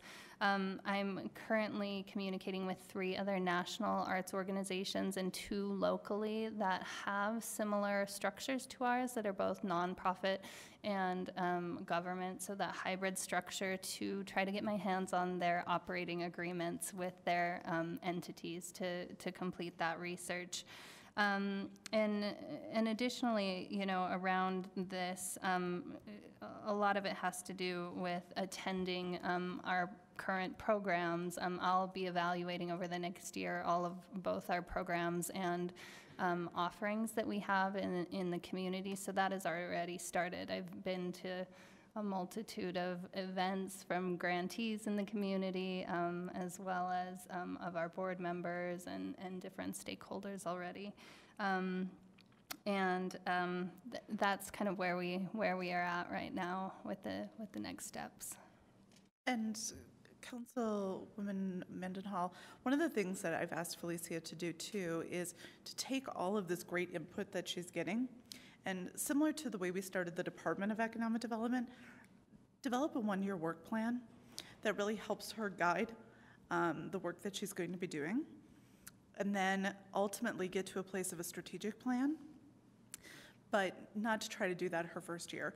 There's so much assessment she wants to do and needs to do. And so I think it's really important to have a plan of work. And so she's going to do that. And then ultimately lead to a more strategic approach that's more of a longer term vision. Well, I look forward to having you back at the budget season, which sometime, I'm sure you're excited about that too. And we'll look forward to hearing. Fun time to jump in. Yeah, you have a lot on your plate. And I think the Arts Council's in good hands. Thanks. Great. Councilmember Johnston. Thank you again. I was going to ask the similar questions to Councilmember Mendenhall, so thank you for doing that. I appreciate in the document talking about not referring to minorities as minorities. Sure. And we write a lot about in our reports and our analyses about underserved populations or communities. And we say that a lot, and we still struggle. And I say this honestly because I was on the bus the other day with a friend of mine from the West Side, and he's got multiple kids, and they spend almost way too much, perhaps, of their money on these arts programs for the kids. They're great. Sorry, money on what? Arts programs. Okay. Opportunities that way. And he had no idea until very, very recently about Arts for All. The Arts for All program. Yes. Which is sort of a bedrock initiative. And it just recurred to me again that we haven't done a good job of utilizing existing programs, let alone sort of other things. So sure. I'm going to be very interested in hearing ideas, thoughts, how I can be of support to really engage more folks in our existing programs and new ideas. Great, thank you. I would love that. Councilmember Rogers. Twilight. Yeah. In the staff report, if I read it correctly, you're going to send out an RFP. It's sent out. It's sent out. What's the timeline on that? We're looking to select a partner by the end of February. Okay, so the end of this month. Yes, we've conducted preliminary interviews, and we're following up with, we're asking a lot of questions. That's great, because Yeah. my question was going to be timing. I mean, Sure. when we dive into booking concerts Yep. and getting them, I'm sure it starts already, right? Late in the game. Okay. Yes, and I feel like I feel confident that we're going to be able. We're ahead of where we were last year, and it's time to start planning for 2020 now. Great. And are you confident in those that have replied to the RFP that they'll be able to fulfill their obligations this year to the Twilight? Yes, I believe that we'll be able to select a partner that can do that. We are that's what we're assessing right now. Great. Because we want to ensure that they can do that. Thank you. Sure. Is the RFP for 1 year, or are you looking for a series? 1 year contract. Okay. Great. Other questions or comments? Sylvia, anything else? Unless you would like the administration to come back after the asset map information has been merged and have something to report. Yeah, we could do, as soon as that's done, let us know, and then we can schedule it. And then depending on what the timing is looking like, then, hopefully it's not going to get in the way of the budget, so. Probably middle Okay. budget. And let me clarify what that looks like, because once the data is merged, it's essentially up to our staff to be looking at that data for gaps. It's not a report that is going to tell us exactly where the gaps are. It's that the data will be there to comprehensively look at that. So I expect there's some time intensity to that process. Okay, so you don't think it needs to be done before the budget process? I don't think so necessarily. The information will be available to us before then, but it could take some time to cull that information. I would just say if there's anything that comes up, use your discretion, and if you think that it could help us as we're going through that budgetary process and making those decisions to see something earlier, let us know. Back. Okay, great. Okay. Thanks. Thank you so much. Okay. Okay, so we're readjusting the agenda a little bit. We're going to skip item number 3 and move directly to the policy discussion on city housing activities, which is item number 4. So Jennifer Bruno and Allison Rowland will lead this discussion. And Jennifer, you are more than fine. You are more than fine staying where you are. No way. Hello. So, I don't think so this is a discussion that staff would like to request the council to have at this point, because we want to make sure we're clear on the policy direction of the council. And of course, we've spoken to many of you individually at different times, but I think the ability to have this discussion as a group will be very helpful for staff as well. Sorry, Allison, I don't mean to interrupt, but I think especially based on the conversation earlier that the RDA board had of scheduling this housing working group, I think that that's staff's intention of getting this feedback, is to make sure that the housing working group reflects the intention of the full body and not just the 3 council members that are involved in that working group. And so our idea was to go through the questions that you had received as part of, basically as the council staff report for this item. We realized a little too late that the first 2 questions are actually, we understand that the administration is working on those 2 items, which are basically a standard reporting format and a standard application process. So I think we can skip over questions 1 and 2 and just move to question 3, if that's the way you'd like to proceed. Great. Okay. So the third question is going back to this question of forgivable loans. And you may feel like that horse has been beaten this evening or this afternoon. But in fact, we have a couple of sort of specific questions that we'd like to get your feedback on, so we'd appreciate that. Would you like me to read through them? Please do. Okay. So, first, does the city characterize just some housing loans as forgivable at the end of the term, or all of them? And I think that's one we got some good information on this afternoon.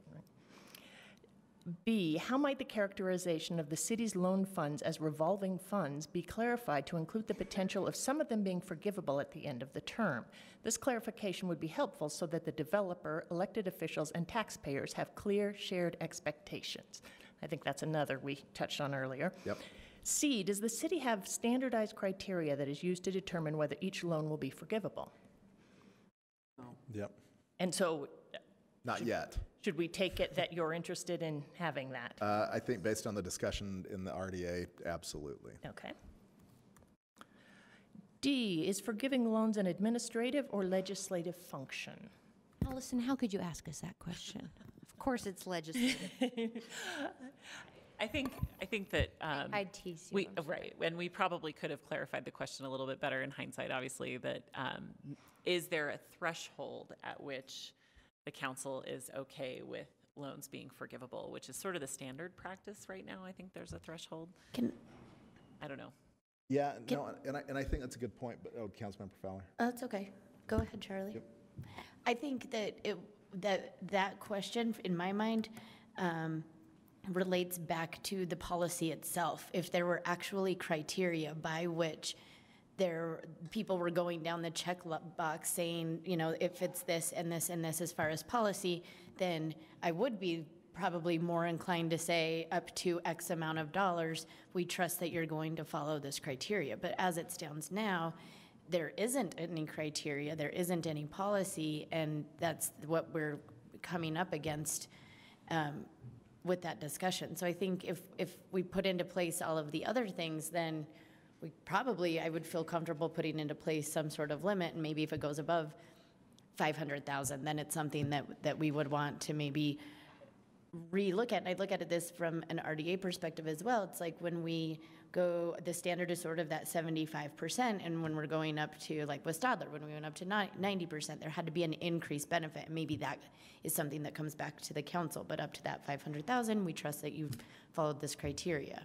Well, and I think the criteria is important because not only does it, create something that the council can refer to, that the administration can refer to, but also that that's transparent to the public, so that the public can understand, what those criteria are. But I would say that as far as the legislative function goes, while the actual, action of forgiving a loan may be administrative, there are definite legislative impacts to what we're going to be doing that relate to budget, that relate to policy, and so, I think there's a good mix that, per what Councilmember Fowler was talking about, if we have that established set of criteria, it'll be easier to create more predictability. But I think there will always be a legislative role. And it's not something that we're going to be able to just, turn over and say, we trust you. It's not that we don't trust, but it's the fact that any sort of loan forgiveness is going to limit the money that's going to be in the revolving loan fund or shrink it. So, Mr. Chair. And that has legislative impact.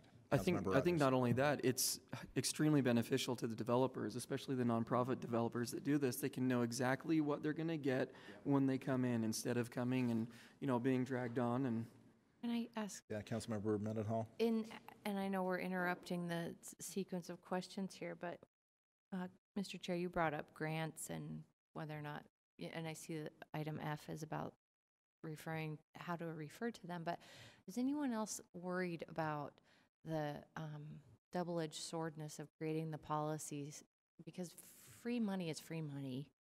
So if there's policy outlining how you get a forgivable loan in Salt Lake City, you're probably going to shape your project to get as much forgivable loan as possible. I would. And you know what I mean? So when we don't define it, I get that we have a hard time making well-informed decisions from project to project to project, but when we do define it, we show a very clear path that we're giving money away, and here's how. I think that, sorry if I could just jump in. I think that one of the ways that you can assess that is by having an honest look at how much the council, the city budget can take in terms of forgiveness of loans because our resources are limited. I kind of think of it like the CIP budget, which are essentially grants for projects. And we have a process every year, and we rank them and we judge them, and it's transparent, and there's no expectation that you're always going to get a yes. But there's a criteria by which you judge them, and maybe you only consider forgiving loans a couple times a year so that you can compare them with each other. But these are all just kind of crazy ideas that hopefully the housing working group will kind of discuss more. But I think that that's absolutely right. You're laying out the map, and maybe that's why you put the map in terms of where you want developers to go, because of course they're going to want to have a forgivable loan. And so maybe if your focus is permanent supportive housing is the only thing that you'll give a forgivable loan to, we acknowledge that those are the projects that will line up to get this forgivable loan, and we say that the budget can only handle $1 million a year or something like that. I don't know what it will be. We'll have to analyze it, but. And building on Jennifer's point, I think, so one way to determine the kinds of loans that you get or to help influence the kind of requests you get is with a money threshold. Another one would be a category threshold, which is basically what Jennifer just said, right? So something like permanent supportive housing is eligible, other kinds of affordable housing isn't. Or you could say, down to a certain AMI threshold is eligible, other kinds of thresholds are not. Other kinds of categories are not. It's a can of worms. It is Because as soon as we define a criteria, also there's some innovative housing type that It's not going to fit. Yeah, Sure. that meets the values, but it doesn't fit. And I think that criteria is. Thank you for everyone who's going to serve on the working group. I'm not. I think that there is no such thing as a perfect policy, and even in the last couple years where we've been honing in on some of the RDA policies, like the very next month, there's some project that comes that needs an exception to the policy, and I think exceptions are fine. It's just that there'd be a deliberative board discussion or council discussion of why you're making an exception, and does that exception rise to the level of amending the policy to allow for that exception on a more regular basis? And I don't know, that's a really inelegant answer, but. But I think also, it's important to keep in mind that good policy tends to address 80, 90% of the cases that come up, and there will always be outliers. So, we shouldn't let the desire for perfect get in the way. I think that's exactly right. I think we set policy because we need a framework by which to make exceptions. Without the policy, we can't make exceptions, and we can't analyze the effects of it. So the question for me is back to D in some ways of forgiving loans an administrative or legislative function. I think that's going to be a core question to answer for the policy group and for the body as a whole to delineate where the line is for us, because a lot of implications there, and I don't think we have a decision at this point about where it is and how we're doing this. Is that accurate? Mm-hmm. Okay. Thank you for putting me on that working group.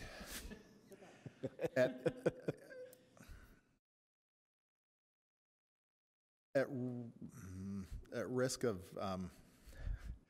creating an issue, I just want to thank Economic Development and the RDA for being here and listening to this policy discussion. A lot of the housing issues, there is a definite RDA role. So thank you for that. To Deputy Chief of Staff Litvak, my only question is, why is Hand not here and why is Can not here? Why aren't Hand and Can here as we're talking about some of these things? Yes, there will be a working group. Some departments and divisions are here because they see that there's a policy discussion on housing activities. It's probably a good thing to listen to. It would have been, I think, good faith for them to at least be here and listen to the discussion. Okay. Other questions? Sorry. Oh, so on mic, David Litvak said that Hand is monitoring upstairs. So, okay. So I think we've discussed several of the next items, but a few that we may not have discussed yet include G. Has the cumulative budget impact of forgiving loans been assessed in the short and long terms? Councilmember Fowler. Time out. I remembered something actually that Aaron asked, and then, so I need to go back to the forgivable loans for just a second. If I could ask either our staff or administrative staff for our working group and to kind of look at that question of forgivable loans, if we can get over the last X amount of years, the loans and the type of loans that we have forgiven. I don't think I addressed that in the RDA meeting, and you may have, and I may have zoned out for a second, but I think that would be helpful in creating, or at least kind of getting the background for a loan forgiveness policy if we have some historical references there. And I bring that up because of the next question of the 5.5 million transferred to the Housing Trust Fund, or when we get to that, but. We can absolutely request that information and work to get it. So. And I actually had that one handwritten on my on my notes. So yes, you read my mind. So moving on to question 4, unless there are other comments about forgivable loans. The issue is really how much the council is interested in receiving information about past loans versus other kinds of loans, including the future allocations, if you'd like to prioritize one over the other. It sounds like Councilmember Fowler has a preference. So again, I think this relates back to somewhat of the same idea anyway of the loan forgiveness, is that I think we have a real policy jump, if you will, in it has been the RDA past practices to give money to the Housing Trust Fund, but now we have the sales tax, and I think we have this bigger question of what are we going to do with the sales tax? What is the policy with the sales tax? Where are we going to put it? What are we going to fund it towards? How's those percentages going to look? If you look at what we funded at the other sheet that RDA provided that had like the green and white table that we funded through the sales funding our future last time, 90% of them were programmatic. There was a 2.1 million to the Housing Trust Fund and 300,000 or something to another sort of loan forgiveness or something plan. And I think there's some policy issues around that, and I'd like to get your guys' opinion as we kind of, since it's what this is about, there's some policy issues around, do we say from funding our future, part of that goes to programmatic and should handle the programmatic side of that, and part of that should go perhaps over to RDA for our affordable housing pieces that we have there. I mean, it's kind of something I've been brainstorming and thinking about for quite some time, but I think there's an opportunity to create some policy there.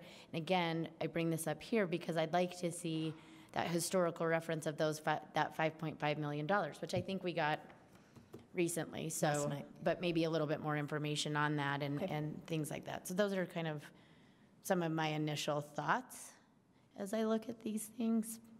There you go. Okay, other questions? Okay. Could I just mention a clarification? I'm based on memory, which is always a little dangerous, but I believe for the funding of future sales tax revenue, there were about the majority of the programs funded were service-oriented, basically service delivery. But the Housing Trust Fund chunk of it is actually the biggest single chunk. It makes up about half the total. So depending on whether you're measuring by dollar amount or by number of programs, but the point is there.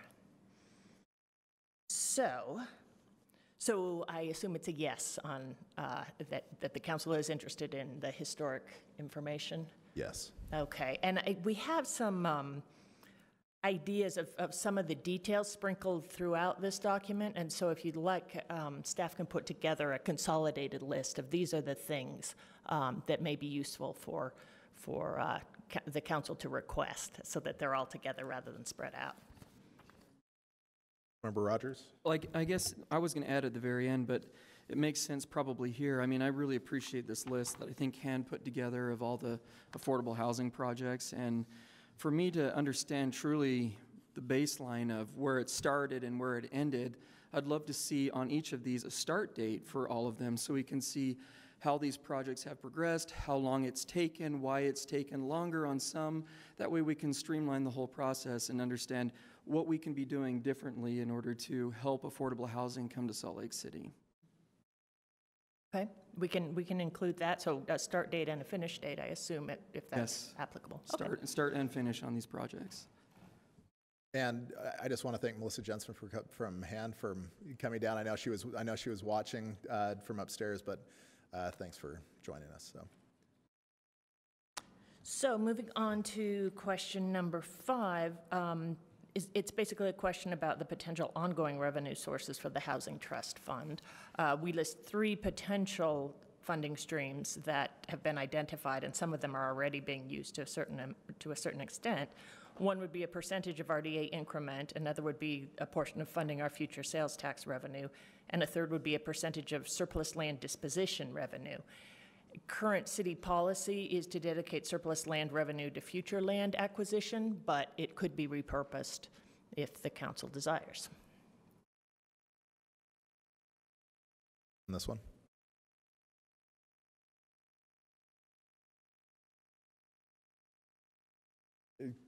Can you restate it?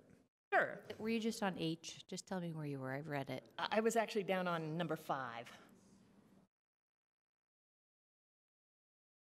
So the question was whether the council is interested in adding any other dedicated funding streams for the Housing Trust Fund, and some of those that have been identified and that are currently in use to some extent are a percentage of RDA increment, a portion of funding our future sales tax revenue, and a percentage of surplus land disposition revenue. Mr. Chair? Councilmember Mendenhall. I think let's keep all of those on the table, and if others come up, put them on the table, and as the Housing Working Group puts a discussion roadmap together, I think these opportunities might come up and they might not. Yep. And I'll just add, from our staff perspective, and hopefully we didn't forget to frame this at the beginning, I honestly can't remember now. The intention wasn't that each of these questions would be answered and settled tonight. Sure. It was just to say, these are the questions we've heard from individual council members. As those council members on the working group proceed with working through with the administration, what are the things that should be on the table? What are the things that are absolutely crazy and we should never think about again? Or what are the things that we need to do a little more digging on? So I'll just add that as a... Thank you. Okay. Number 6 is, I think, relates a little to what Council Member Fowler was requesting, or the idea that there are different items sprinkled throughout this list that the council might wish to request. I'd focus on the A, B, and C there about the location of the projects that have been completed in the past, which part of the cities they're in, and HAND had a map of the locations of their projects in their transmittal. Another would be whether these projects fill needs for affordable housing in specific areas of the city. So that gets back to the council's ongoing discussion about trying not to put all affordable housing onto the west side. And then third, whether the council has any concerns or questions about what ends up being the total ratio of affordable units compared to market rate units.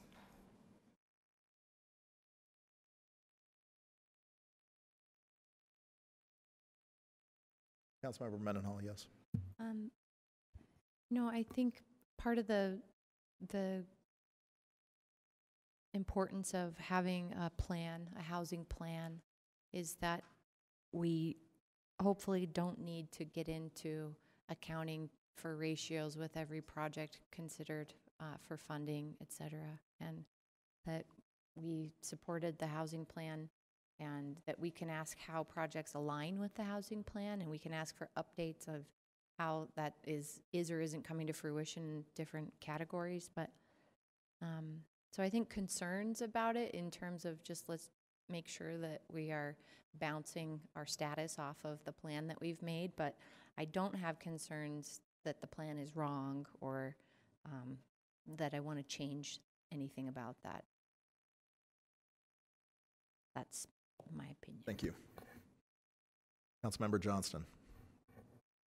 far as the plan, I don't know that we have, I don't know that we had the information to have concrete objectives, goals essentially, where we want to be numbers-wise. And so I agree that a good plan shouldn't make us have to micromanage it every time. I'm just not sure we had enough information at the time to say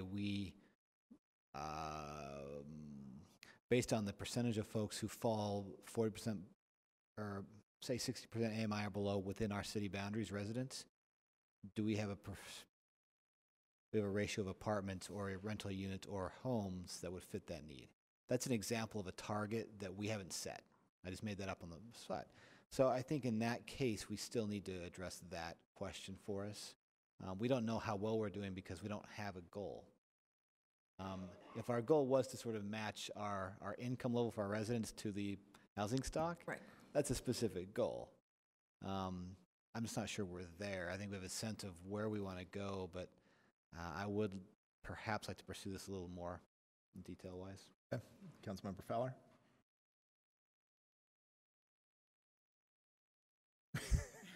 Okay. Councilmember Wharton? Yeah, regarding subpoint C, I do think that the ratio would be helpful to know what the number of affordable units compared to market rate units. So I would like to know that. I mean, I would say just in terms in general of performance metrics, you know, all of these things like a ratio are estimates, they're shorthand, they're not definitive, they leave out a lot of important information, but they are a little bit of information. And I think there are general goals in the GROW SLC plan, and that I think can be, you know, honed in on to create that sort of bridge between plans, which are normally pretty, you know, not vague, but are general, and then the actual how do you evaluate project by project. So maybe we can start with the goals that are in GROW SLC plan, and we meaning the housing working group can figure this out. They can start with the goals in the GROW SLC plan and build off of that, as opposed to, we just wanted to make sure that there wasn't like a shift in how the council felt about that general direction. Okay.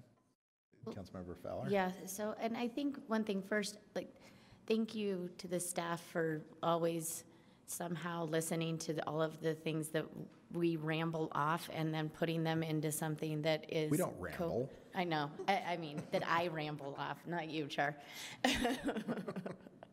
But then putting it into something that is cohesive and understandable, where we can say, oh, these were the things that we were concerned about and considering. And with that said, I'd like to thank administration and staff and everybody that to get these working groups going, because as we've seen, just one little aspect has taken over a year of people working to try to get a policy. This isn't going to happen tomorrow or after one work session or anything like that, but is an ongoing conversation that I'm lucky and proud to be a part of, and I appreciate this to kind of help guide us as we move forward and really nail down what's important to us and what's important to our residents. So thank you to the staff and obviously to administration for moving this forward in that way. And I hope that by my third year of being on the city council, we might have a housing policy of some sort.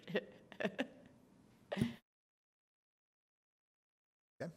And finally, number 7 is whether, so some council members had indicated a desire to ensure that all investment of city property or funding resources be vetted by the community boards, such as the Housing Trust Fund Advisory Board or the Redevelopment Advisory Committee, whichever is applicable.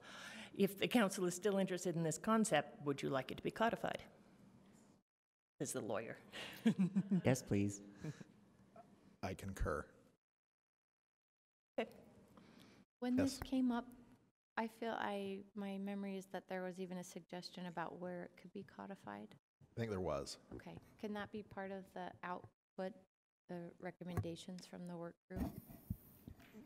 I would say yes, but I'm not on the work group, so. I would say yes. Those on the work group, someone say yes. Okay. Well- Councilmember Johnston. I'd probably want to revisit that in the work group on some level. You what? I would like to revisit that policy on some level in the work group. Great. We can hunt down that reference to the code. Okay. Great. Any other questions? Thank you for putting that together. I think this is very, very helpful.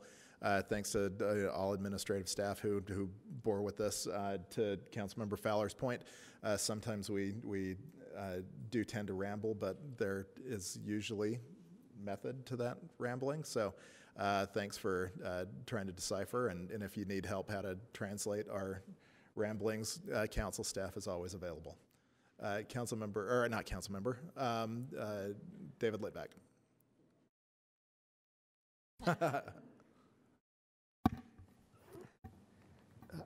Mr. Chair, if I may, I just would ask if possible that council staff would share with us the notes. I was trying feverishly, but with all the rambling, I just couldn't keep up. Thank you. Thanks. Okay. All right.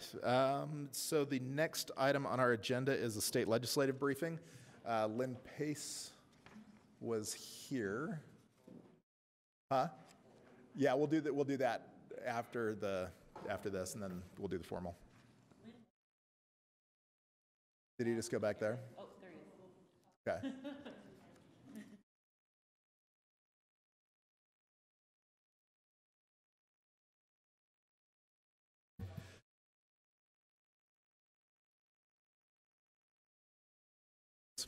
Hey, Lynn. Lynn. Lynn. Hi.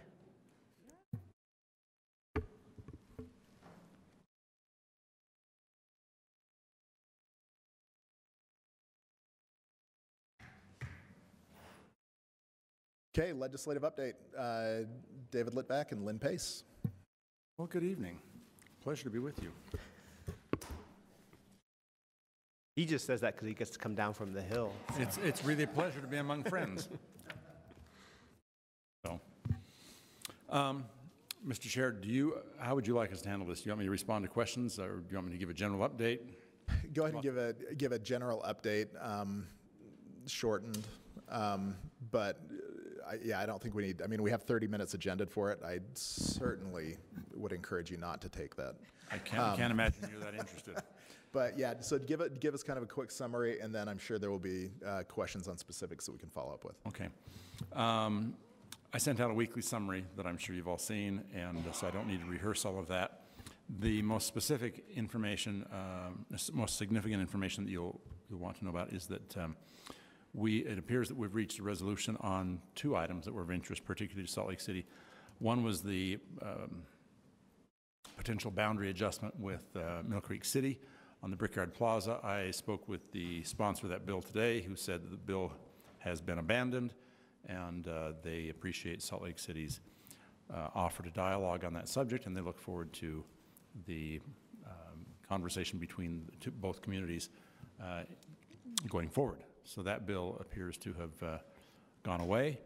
The other bill that was of particular interest to that point, I was getting a look that suggested that someone had a question or at least a comment. To that point, I would encourage you and I've talked with council lobbyists, but I encourage all of our lobbyists to continue watching this issue closely. I take Mayor Silvestrini and his council at their word that they are interested and willing to work with the city. The legislature as a whole, different animal. I take them at their word as well, but I trust but verify. So I understand. Please keep them all watching this closely, because while I hope it's put to bed, I remain cautiously optimistic. I understand. Another bill that was of particular interest to Salt Lake City was House Bill 164 that would have required that every community, every city, have some portion of their legislative body elected at large. And after some discussion with the sponsor of that bill, it appears that he has withdrawn or does not intend to pursue the bill. And so that's good news for us. You're also undoubtedly been aware of the fact that the legislature was anxiously pursuing a discussion on the Medicaid issue. the Senate passed a bill, the House passed a different version of the bill on last Friday. Yesterday, the Senate concurred with the House version of the bill. I am not the expert on the substance of it. My understanding is that it still modifies what was approved by the voters, but it is, the House version is as the closest to what the voters approved of the versions that were being discussed out there. So, but that issue not only was passed yesterday, but signed by the governor, so it is done. It was consuming all, all of their attention. So now, having dealt with Medicaid for the first 2 weeks of the session, they will now move on to other issues.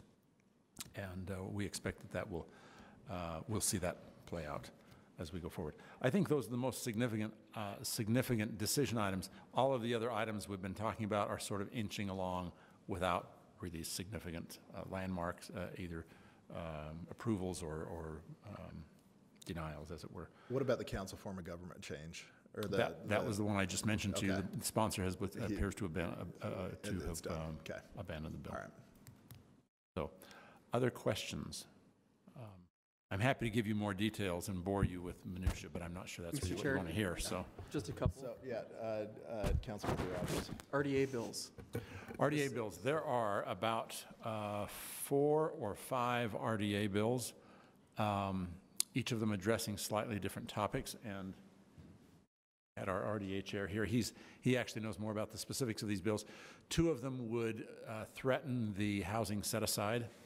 One by Representative Coleman, one by Senator Harper. We're working with both of those individuals to try to scale that back. And we're obviously getting mixed signals from the legislature, right? So if they want cities to push for more housing, we hope they will not remove the tools that we already have that make that possible. So we're working on that dialogue. There's a couple of bills that would remove fees. Another one that would be, I'm trying to think, I'm sorry? The school district one that would require the school district to? Yes, there's another bill that would, under certain circumstances, under a finding of blight, although they're going to rename blight to some other, I forget, some other Who's milder name. sponsoring that? That would be Representative Mike Winder. Okay. And his proposal was to, under those circumstances, you would not then need to get the affirmative vote of the school district to participate. He's received some pushback on that element, and has indicated, at least, I haven't heard it directly from him, but I've heard through others, that he's indicated that he will likely abandon that portion of the bill that would force the school district to participate. Councilmember Mendenhall. Oh, okay. I just had one more follow-up, too. Councilmember Rogers. Airport bill. Airport bill. I'm not aware of any airport bills except one that has not yet been published, and that would be dealing with the Turo issue, the car sharing issue at the airport. And we expect that that bill not only would deal with that element at the airport, but also a broader range of issues. There's an old ordinance at the airport, well, 2 aspects. One is to authorize that car sharing to occur.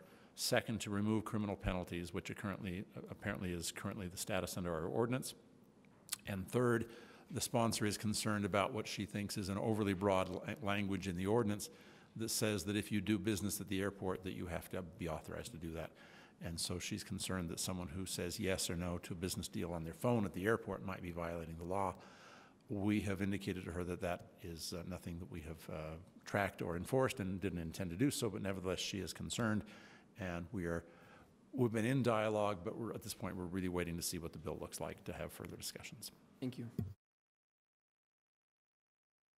So one other on the air, there is a rumor, and right now it's only rumor, but that there may be a bill floating around in concept that would look to transfer the airport number 2 to the city of West Jordan. Have you heard anything about that? Only the same floating rumors. The same floating rumors. The wish list of the sponsor who has talked about that. The challenge, as I understand, and I'm not the expert on this issue, is that the ownership and use of that property, not just Salt Lakes International, but South Valley Regional and the Tooele Airport as well, all of which are owned by Salt Lake City. Those are, in effect, enterprise fund dollars and assets, and it is not within the purview of Salt Lake City or the state legislature to dispose of those properties without the approval of the FAA and perhaps Congress. So we have indicated that while we understand their concern, they have this large asset with a large footprint in their community, and they would like to see to see more done with that asset. A few years ago, you may recall, we negotiated a bill with, in part with some of the representatives for the West Jordan area, by which we agreed to update a master plan for the South Valley Regional Airport. That's in process. That will probably be done within the next 6 months. So we would maintain that any action in that respect would be premature, and we think it's beyond our authority or their authority to do that by legislation anyway. Right. Councilmember Mendenhall. Thank you. SB 107, the nuisance ordinance for municipalities. I see that on the 5th, it made it through a first reading, a fiscal note, and the fiscal note was received, but then it went to Senate committee and was not considered. Does that mean it won't ever be considered? Of course not. Nothing is dead until the session is over. I was just waiting for you to say that. But I had a conversation with Senator Fillmore just today about that bill, explained to him our concerns, and he said, well, wouldn't this work? And he started to walk me through the bill, and I said, no, because paragraph 1 is fine, but paragraph 2 would conflict with paragraph 1. And he paused, and he closed my iPad and said, I get it. And I said, okay, so what does that mean? He said, I get it. I understand your point. And I said, so where are we on the bill? He says, we're on hold. I'll let you know. So that was the conversation this morning. Okay. Thanks for keeping us apprised on that one. So all of these conversations are ongoing. I think he understood our concerns and why what he had drafted won't work for us. Does that mean he's giving up on the bill? No, but What was he hoping to achieve? He was trying to get cities to put into their ordinances all of the rules, particularly rules that might apply to someone's residence, things that the city that were and were not allowed. And I explained to him that that's why we have nuisance laws, because we can't possibly identify everything that might create a nuisance for your neighbors or hinder the quiet enjoyment of their property. And that's what by definition, that's the catch-all term. And once we talked through that, to his credit, he said, I understand, you make a good point. Let me think about that. So that's where we are. I think the bill will not move until he comes back and says, I have another idea, or it may just sit. I've heard from more residents about that bill than almost any except for the Mill Creek boundary one. So I appreciate if you keep us there's in a the similar bill, I think it's House Bill 93, that deals with the same sort of concepts, but only for agricultural uses. And so we've been dealing with some of the same issues there with the House sponsor on that bill. Thank you. Councilmember Wharton. So I know this isn't one of the city tracking bills, but I still want to know if you have any insight on SB 132, the changes to that beer limits for grocery stores. It is a constituent issue. Yes and no. You're right, it is not a Salt Lake City issue, so we're not closely tracking it. There are those who maintain that from a national standard that these beer producers are no longer producing the kind of product that Utah law requires. So there's less and less producers of the product that we will allow. Right. Second, they apparently, and none of this is firsthand knowledge, I'm just repeating to you what I've learned from others. The other is that because there's a limited market for that product, that they will produce it in larger batches. And so what is sold is, in order to move that product from its production date, in order to move it out because there's not a lot of market for it, they sell it in larger quantities. So I understand what happens now is if you go to and purchase that, you have to purchase a larger volume than you would. Okay. So the request is to have Utah. Are we encouraging binge drinking? I'm sorry? Is that what you're saying? That's the concern. Current law encourages binge drinking? I don't think that's necessarily the intent, but they're saying that's the effect. Oh. So I'm just repeating what I've heard. Okay, so they would like to move that to a higher standard, which would be what is marketed essentially across the nation. They think that is, they think that's the way to go. They have a sponsor to pursue that. There has, as you have seen in the paper, there are people speaking out and saying, yes, we support or no, we don't. The The not so subtle threat from the sponsors of this legislation is that if the legislature won't help them accomplish that, they will take it to a statewide initiative, as you have seen with medical marijuana and other similar issues. Yes, and we all know how definitive those are. Yes, but, and here's the interesting sort of playback to all of that is that, take medical marijuana. The legislature refused to deal with it, so it went on the ballot, and after the voters approved it, then at least the legislature had to deal with it. Right. And that may be a pattern that we see recurring for issues that the legislature doesn't feel that they want to address. But the bill has been moving. I mean, it passed a Senate committee. It's waiting to be heard. With like the news, I said, I have not yesterday. tracked we'll that. See what happens, but yeah, I have not tracked that bill. But yes, it is moving. Well, I do appreciate your optimism. You're rubbing off on. That was very Pollyanna. Don't dig a lot deeper, because that's as deep as I know on the subject matter. So, other questions?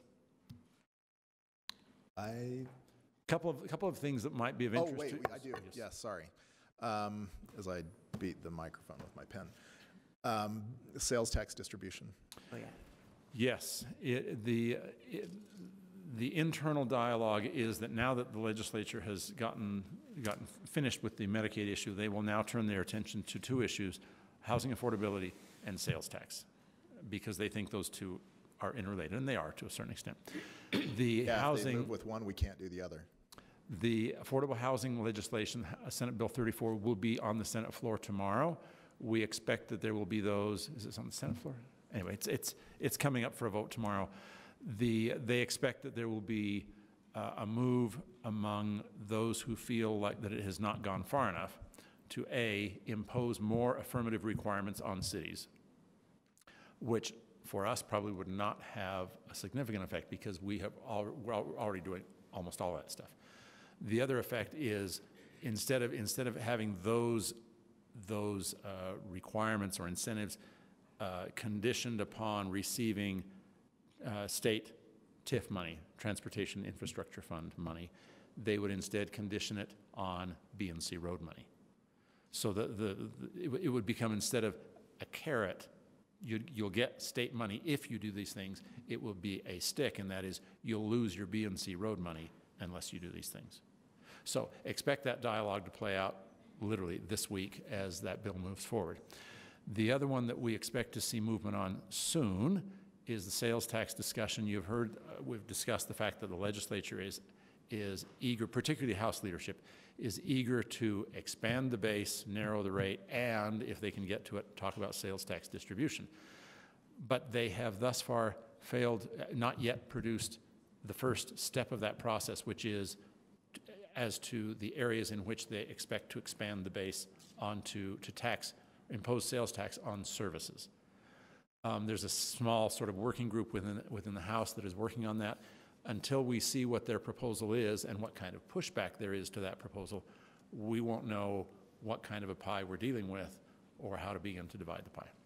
So we're watching that very closely. That is unquestionably the big ticket item for Salt Lake City this session, and I'm confident that it will dominate the rest of the session. So we'll be watching that issue very carefully. Well, thank you for your time up there. It's always a fascinating 47 days. 45 technically, but with the new holidays. So if there are no other questions, thank you very much, and we will move on with our agenda. Thank you. As always, if questions come up in the meantime, please don't hesitate either through staff or directly call us, contact us, let us know. We'll Great. Chase it down. Thank you. Thank you.